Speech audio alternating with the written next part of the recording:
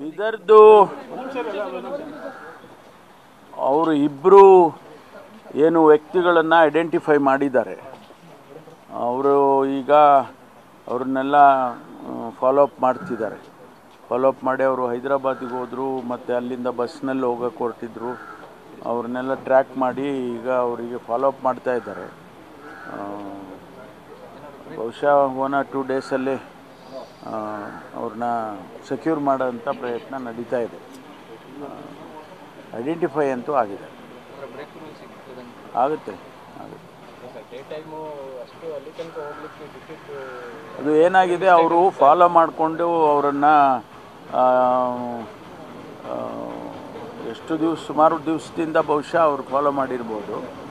ಅವರು ಹೈದರಾಬಾದ್ ಕಂಪನಿಗೆ, ಅವರು ಪ್ರೈವೇಟ್ ಕಂಪನಿಗೆ ಟ್ರಾನ್ಸ್ಪೋರ್ಟ್ ಮಾಡೋದಕ್ಕೆ ಹಣ ಟ್ರಾನ್ಸ್ಪೋರ್ಟ್ ATMಗಳಿಗೆಲ್ಲ ಮಾಡಿ ಫಿಲ್ ಮಾಡೋದಕ್ಕೆ ಕಾಂಟ್ರಾಕ್ಟ್ ಕೊಟ್ಟಿದ್ದಾರೆ ಬ್ಯಾಂಕ್ನವರು. ಅವರು ಪ್ರತಿನಿತ್ಯ ಯಾರೊಬ್ಬರು ಆರ್ಮ್ಡ್ ಗಾರ್ಡ್ ಇರಬೇಕು ಅದು ವೆಹಿಕಲ್ನಲ್ಲಿ. ಅವತ್ತೇ ಆರ್ಮ್ಡ್ ಗಾರ್ಡ್ ಇಲ್ಲ.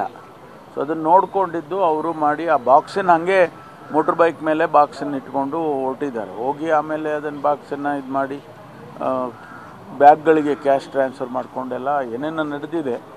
ಇದನ್ನೆಲ್ಲ ಟ್ರ್ಯಾಕ್ ಮಾಡಿದ್ದಾರೆ ನಮ್ಮವರು. ಸೊ ಈಗ ಟೀಮಿಗೆ ಹೈದರಾಬಾದಿಗೆ ಹೋಗಿದೆ, ಇಂದೋರಿಗೆ ಹೋಗಿದೆ, ಎಲ್ಲೆಲ್ಲಿ ನಾವು ಇನ್ಫಾರ್ಮೇಷನ್ ಇದೆ ಅಲ್ಲೆಲ್ಲ ನಮ್ಮ ಟೀಮ್ ಹೋಗಿದ್ದಾವೆ. 1-2 ದಿವಸದಲ್ಲಿ ಸೆಕ್ಯೂರ್ ಮಾಡುವಂಥ ಪ್ರಯತ್ನ ನಡೀತಾ ಇದೆ.